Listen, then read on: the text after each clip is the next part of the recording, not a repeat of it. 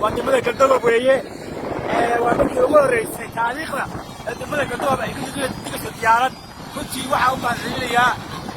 muddo adiga wadamada waxaagaas ku ogtahay marka maanta waa soo betay maanta u jeedaan diyaaradda soo degtay sidii dib u guud oo balaan ma socon